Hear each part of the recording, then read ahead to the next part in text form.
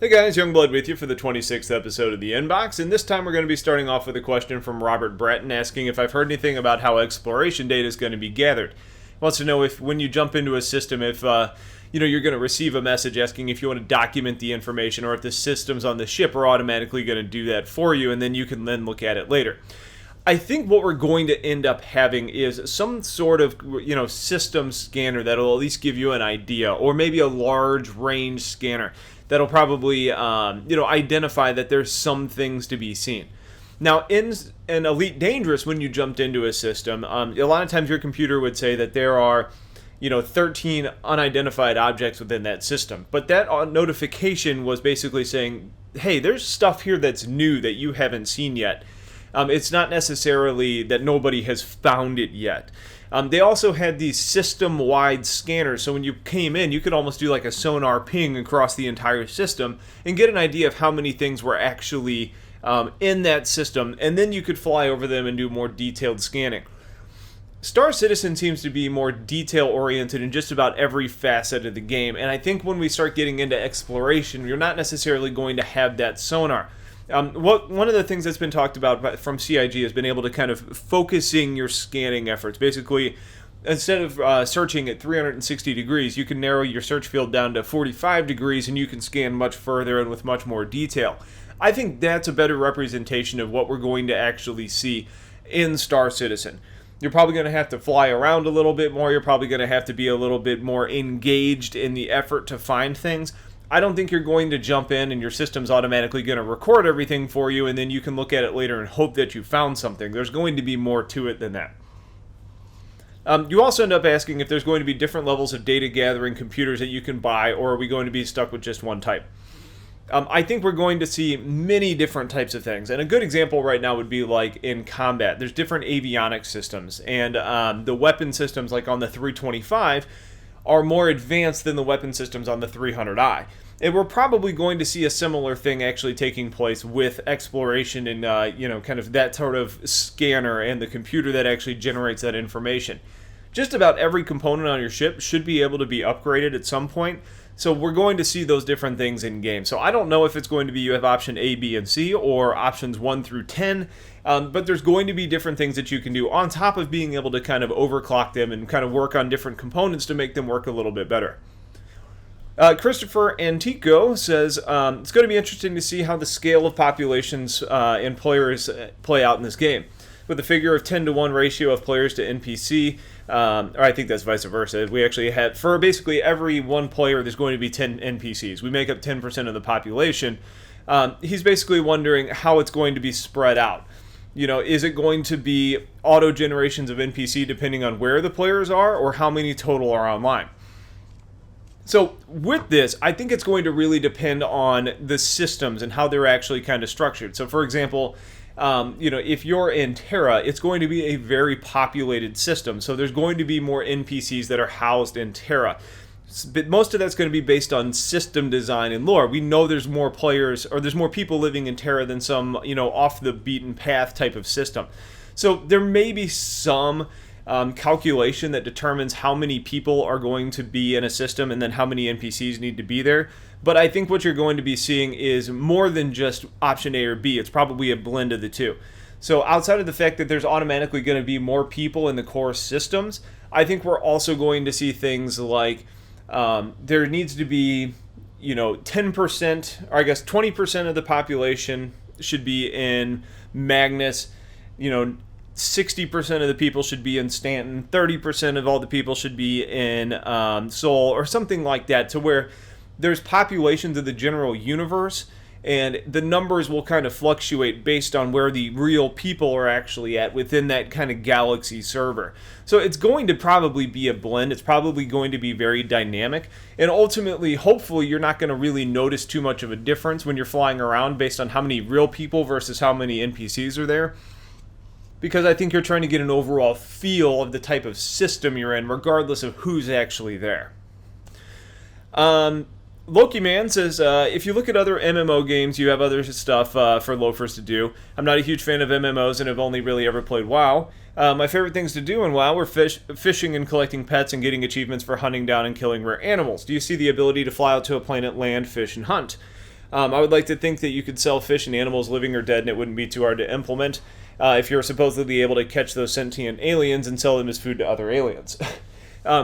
So I think there's going to be some of that available. I don't know if you're ever going to be just sitting there fishing on, some shore, on some shore leave location, but there is going to be things that you can do. For example, we know that there's the, the apes that are, I think they're Ferris apes, and people sell them on the black market, and people, like pirates, for example, kill them and make coffee mugs out of their skulls. So there's going to be a certain element of that where you can actually go down, capture, and then sell things on the black market or the legitimate market. We also have fish in our fish tanks that are kind of little like trophy animals.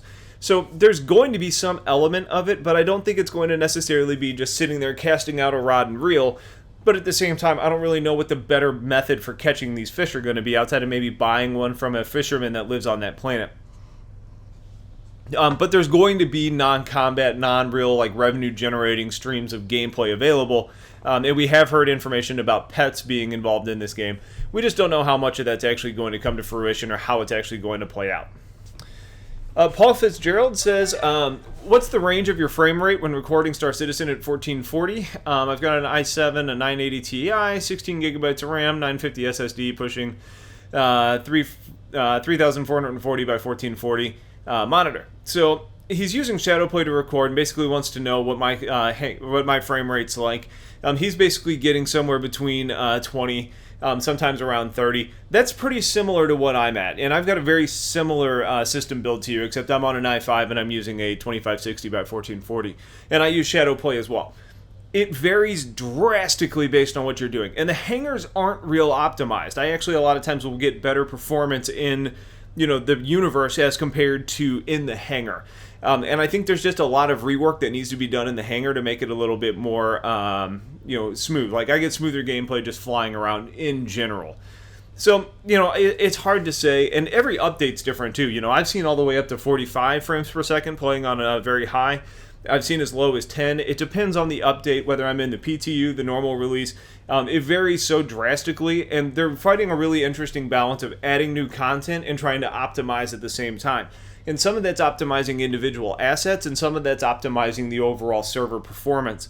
So it's going to change. I don't really know what I can say my average is at right now because I don't really look at it that much, but it does change drastically. Bradley Moore says, do you think there's any type of built-in music stations that you can listen to while you're in your ship, similar to how you can listen to different radio stations in GTA 5? I think they'll probably implement something like that. There'll probably be some rudimentary like news stations you can listen to. I think what we're more likely going to see are things like the Stellar Sonic Jukebox that we actually have available in our hangars if you ended up purchasing one or were a subscriber. What that does is it actually pulls music from your computer and plays it in-game. And I think your ships will probably be able to do something similar. So if you've got a music library on your ship, you can probably then stream the music from your library into your ship, kind of giving you that radio type of appearance. Jellyfish Fish Jelly says, how many ships do you think are going to be in the game in late development? Really hard question to answer because we don't really know what late development means. Right now, with all the variants, I think we have somewhere around like 50 or 60 ships, which is a lot.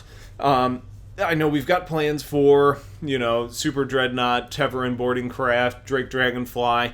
So there's a lot of other crafts that are going to be coming. Not to mention the fact that I think they want to continue to do ongoing development and add new and cool things. So that number could double or triple, over the next 2 to 3 years. It just really depends on how they actually are going to do it. Now, I don't think we're going to see the huge rush of ships that we saw early in development, so it's probably going to kind of continue to slowly trickle up. And I'm actually hoping that we end up seeing more things like the next great starship, where we can then get more development from the community. Hexagon Alien says, great channel, thank you. Question that's not been addressed in a very long time. What's the difference between an unmanned turret and a gimbaled weapon? Are computer-aimed turrets still planned, or are we only going to work with manned turrets, remote-controlled turrets? So the primary difference between an unmanned turret and a gimbaled weapon, at least as I understand it, is about the firing arc. Gimbaled weapons are still forward-facing weaponry. It still faces whatever direction your head is going, but there's a limit to how far it can move up, down, left, right.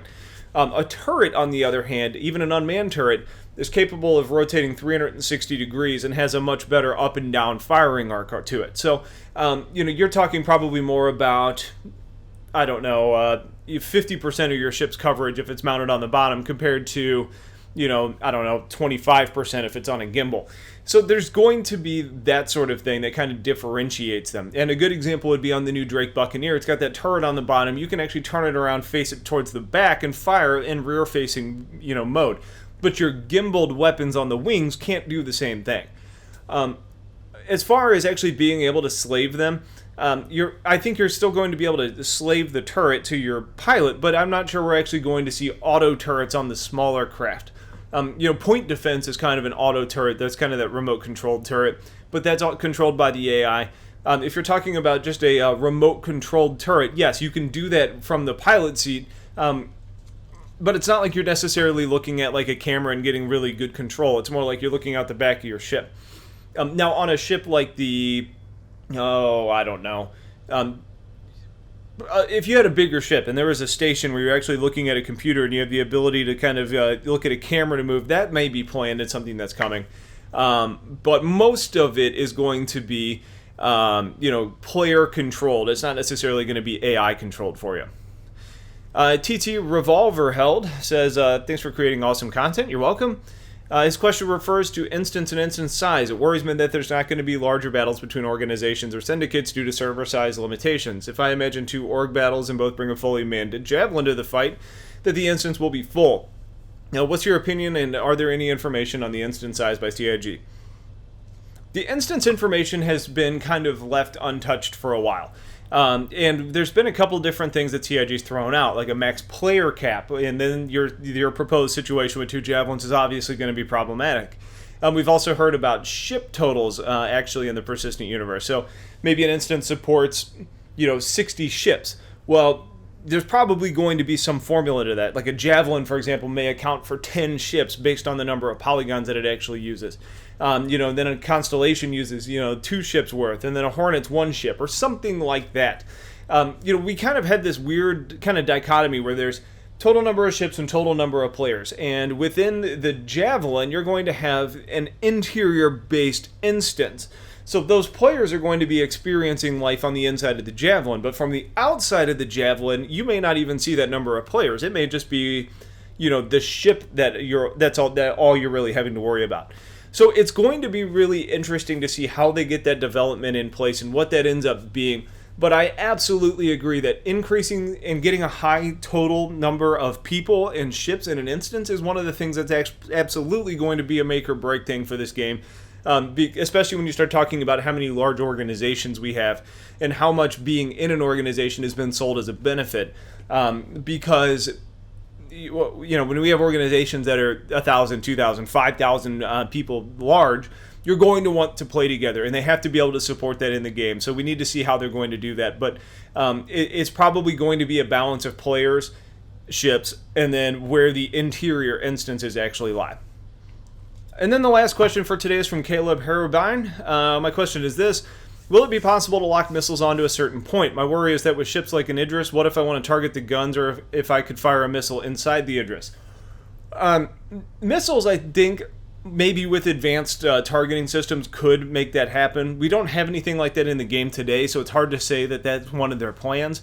Part of me says that the missiles are going to be a little bit more kind of generic. They're just going to hit the ship wherever they land.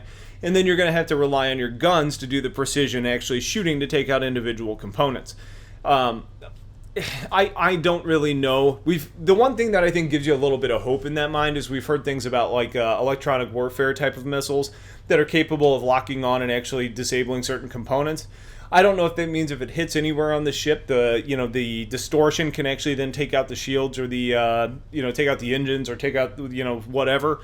Or if it actually is going to track and then hit on the ship where you want it to. I think it could happen. It's more of a question of what CIG wants to do and how they want to balance that. Missiles are going to be really expensive in the persistent universe, so my gut says that they're probably going to give you some of the advanced precision type of deal. But it probably also depends on the tracking type. If you're talking about an IR missile, if you're talking about trying to take out like a sensor array, that's not going to be generating a lot of heat. So is it actually going to be able to lock onto that particular location? Probably not. It's probably going to home in on the engines. So it may happen, but I would have to say at this point, don't count on it. So that's going to be it for this episode of The Inbox. Stay tuned for more coming very soon. I appreciate you guys watching. Have a wonderful day, and take care.